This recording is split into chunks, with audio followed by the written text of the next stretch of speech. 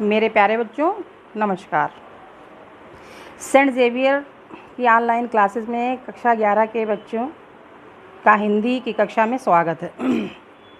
आज मैं सुधा वाजपेयी आपके सामने नमक का दरोगा नामक पाठ का सारांश बताऊंगी। बच्चों, जैसा कि आपको मालूम है कि अगर आपने हमारे चैनल को अभी तक सब्सक्राइब नहीं किया है तो हम कृपया इसको सब्सक्राइब करिए और बेल आइकॉन दबाएं ताकि आने वाले वीडियोस की जानकारी आपको सबसे पहले प्राप्त हो। बच्चों, सबसे पहले नमक का दरोगा जिन्होंने लिखा है उनका नाम है मुंशी प्रेमचंद। हम सबसे पहले उनके जीवन के बारे में जान लेते हैं। लेखक का परिचय इस प्रकार है, सुनिए। बच्चों देखिए, इधर ध्यान दीजिए आप लोग। नितिन, इधर ध्यान दीजिए। देखिए, इनका जीवन परिचय इस प्रकार है। प्रेमचंद का जन्म 1880 ईस्वी में उत्तर प्रदेश के लमही नामक गांव में हुआ था। इनका मूल नाम धनपत राय था, यानी पहले इनका नाम, बचपन में इनको धनपत राय के नाम से जानते थे। हाँ, इनका बचपन अभावों में बीता, यानी तब इतने साधन नहीं होते थे। तो उस समय हमारा देश भी परतंत्र था जब इनका जन्म हुआ था। तो इनका जो बचपन था बड़ी ही गरीबी में व्यतीत हुआ। इन्होंने स्कूली शिक्षा पूरी करने के बाद पारिवारिक समस्याओं के कारण बीए तक की पढ़ाई मुश्किल से पूरी की।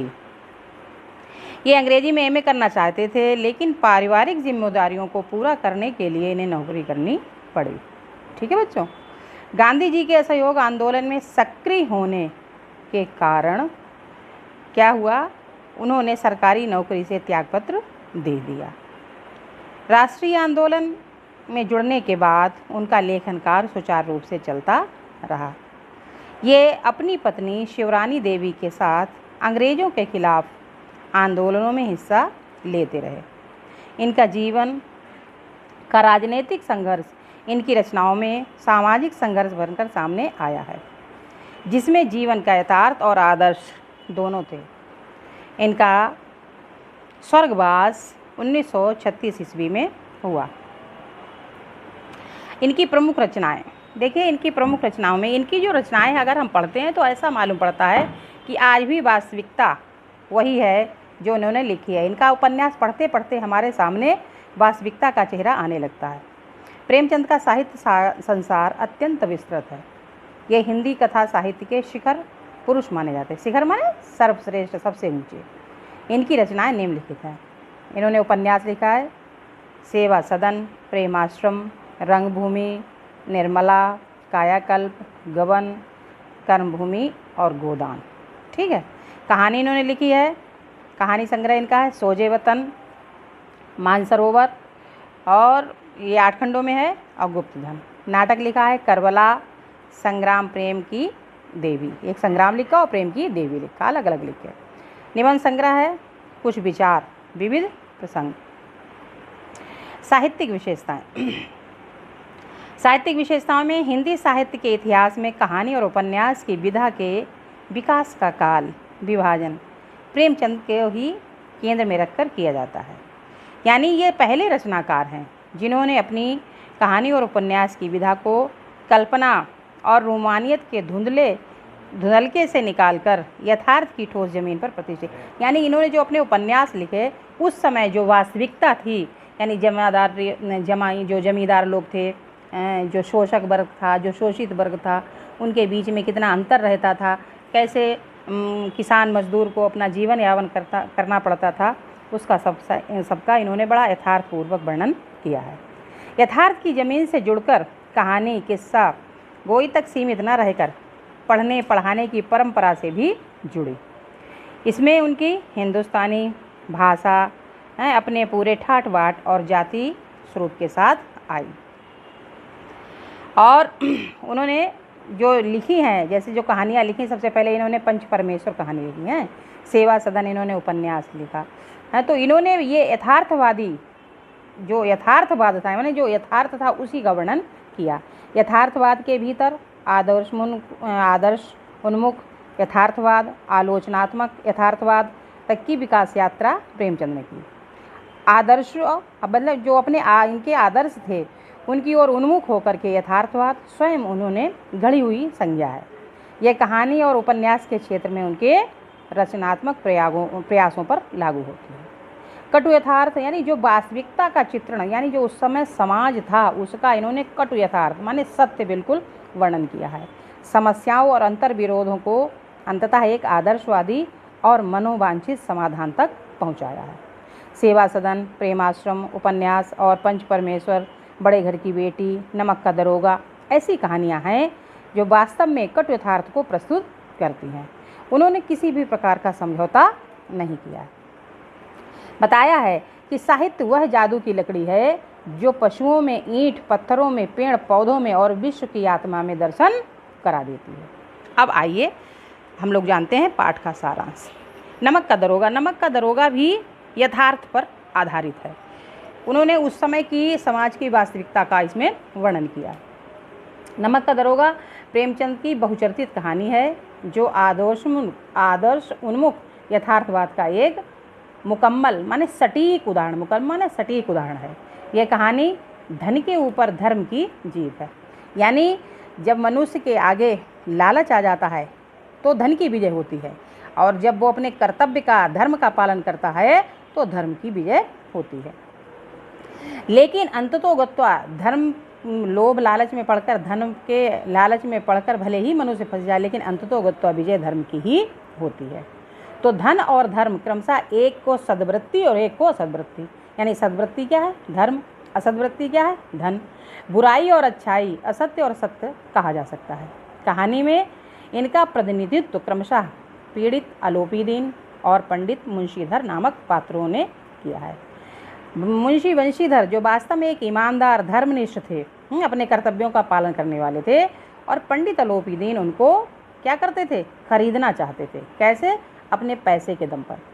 ईमानदारी कर्मयोगी मुंशी वंशीधर को खरीदने में असफल रहने के बाद पंडित आलोपीदीन अपने धन की महिमा का उपयोग कर उन्हें नौकरी से हटवा देते हैं। मतलब यानी वो रिश्वत देते हैं, आलोपीदीन, वंशीधर मना कर देते हैं, और उस समय रिश्वत का बोलबाला था। सब अधिकारी उनके बंधे हुए थे, उनके चंगुल में थे। नतीजा ये होता है कि उनको बर्खास्त कर दिया जाता है, वंशीधर को। लेकिन अंततः सत्य के आगे उनको सिर झुक जाता है, यानी अंततः सत्य के आगे उन्हें सिर झुकाना पड़ता है। क्या है? वे सरकारी विभाग से तो बर्खास्त वंशीधर अपने बहुत ऊंचे वेतन और भत्ते के साथ अपनी सारी जायदाद का स्थायी मैनेजर नियुक्त कर देते हैं, और गहरे अपराध बोध से भरी हुई वाणी में निवेदन करते हैं। मालूम है क्या निवेदन करते हैं? क्या कहते हैं? जब उनके पास जाते तो कहते हैं, परमात्मा से यही प्रार्थना है कि आपको सदैव वही नदी के किनारे वाला बेमुरब्बत, उदंड किंतु धार्मिक दरोगा बनाए रखे। नमक का दरोगा बनने के बाद लोग नमक का व्यापार चोरी छिपे करने लगे। इसके काले व्यापार में भ्रष्टाचार बढ़ा। अधिकारियों के पौवारा थे मतलब चकाचकी थी, खूब पैसे, खूब आमदनी होती थी। लोग दरोगा के पद के लिए लालायित थे। मुंशी वंशीधर भी रोजगार को प्रमुख मानकर इसे खोजने चले। इनके पिता अनुभवी थे, क्योंकि जो बड़े बुजुर्ग होते हैं उन्हें अनुभव ज़्यादा होता है। तो इनके पिता जो अनुभवी थे तो उन्होंने कहा कि घर की दुर्दशा, अपनी वृद्धावस्था में, हमारी वृद्धावस्था का हवाला मैं तुम्हें दे रहा हूँ कि नौकरी की पद की ओर ध्यान न देकर ऊपरी आय वाली नौकरी को बेहतर बताया। वे कहते हैं, मासिक वेतन तो पूर्णमासी का चांद है। पूर्णिमा का चांद जानते हो, जो महीने में एक ही बार दिखाई देता है।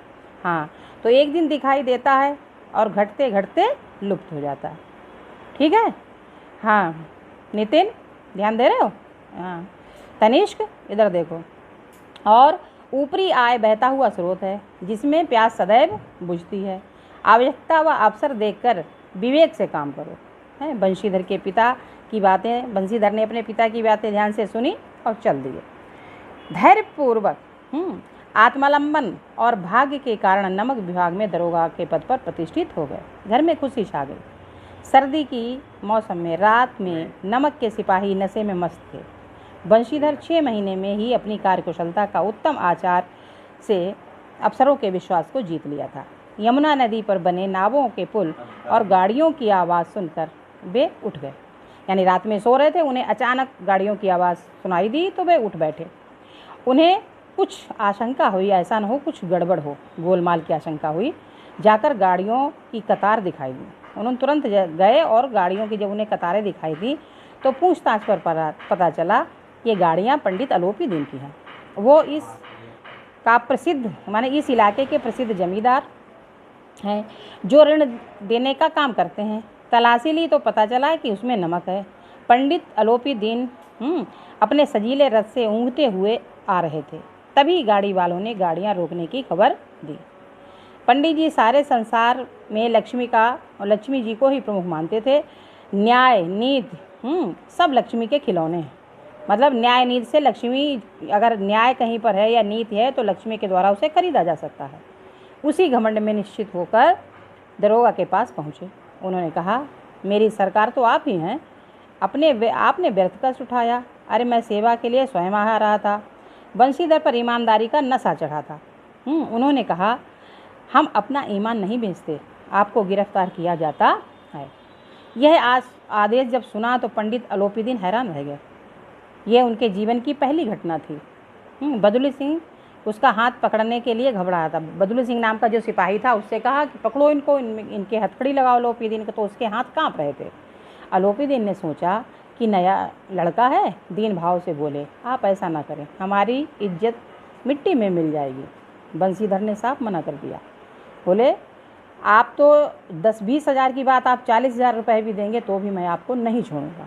यानी धर्म ने धन को पैरों तले कुचल दिया। सुबह हुई, हर व्यक्ति की जबान पर यही किस्सा था। पंडित जी के व्यवहार की चारों तरफ निंदा हो रही थी।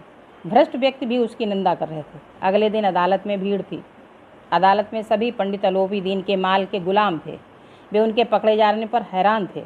इसलिए ने क्या हुआ कि सभी लोग, मतलब कानून के पंजे में यद्यपि अलोपी दीन फंस गए, लेकिन अलोपी दीन ने जो कर्म किया या कानून के पंजे में वो कैसे फंसे, इस आक्रमण को रोकने के लिए वकीलों की फौज तैयार हो गई।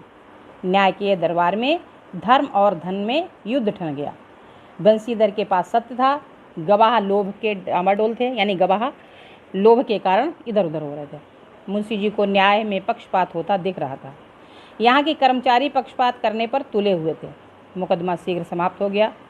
डिप्टी मजिस्ट्रेट ने लिखा कि पंडित अलोपी दीन के विरुद्ध प्रमाण आधारहीन हैं, वे ऐसा कर ही नहीं सकते। दरोगा का दोष अधिक नहीं है, परंतु भले आदमी को दिए कष्ट के कारण उन्हें भविष्य में ऐसा कार्य न करने की चेतावनी दी जाती है। इस फैसले से सबकी आंखें खिल गईं। खूब पैसा लुटाया गया, जिसने अदालत की नींव तक हिला दी। बंशीधर बाहर निकले और चारों तरफ से व्यंग की बातें सुनने को मिली। उन्हें न्याय, विद्वता, उपाधियां आदि सभी निरर्थक लगने लगे। बंशीधर की बर्खास्तगी का एक पत्र 1 सप्ताह में ही आ गया। बच्चों, आप ध्यान दे रहे हो? समझ में आ रहा है? हाँ जागृति, क्या कह रहे हो? आ रहा है समझ में? हाँ ठीक है। उन्हें कर्तव्य परायणता का दंड मिला। दुखी मन से वे घर चले।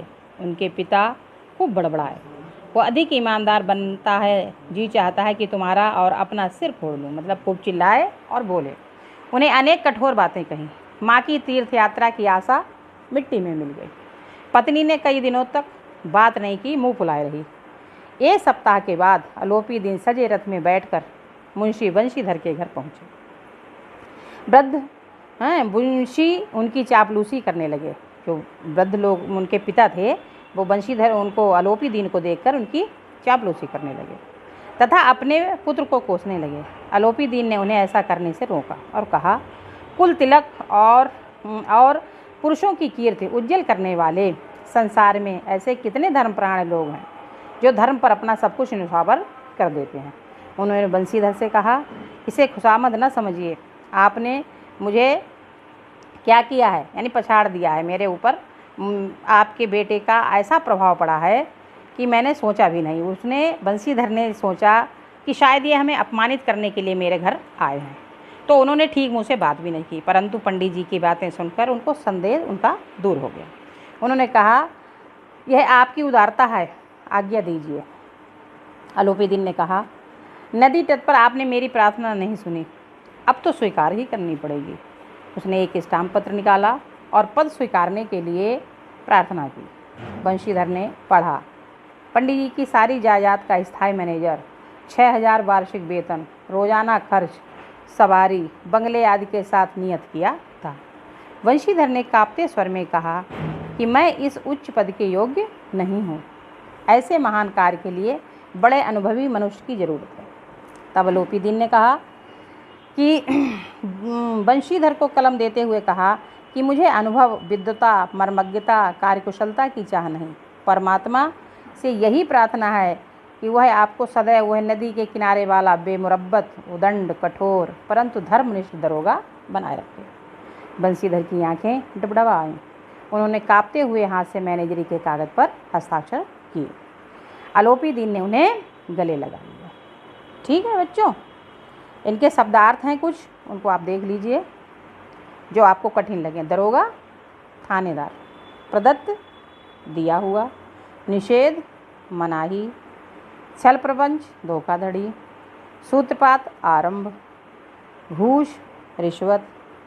पवारा होना, ऐश होना। अत्यधिक लाभ होना है। सर्व सम्मानित, जिसको सबके द्वारा सम्मान किया गया हो। बरकंदाजी, बंदूक लेकर आगे चलने वाले सिपाही या चौकीदार।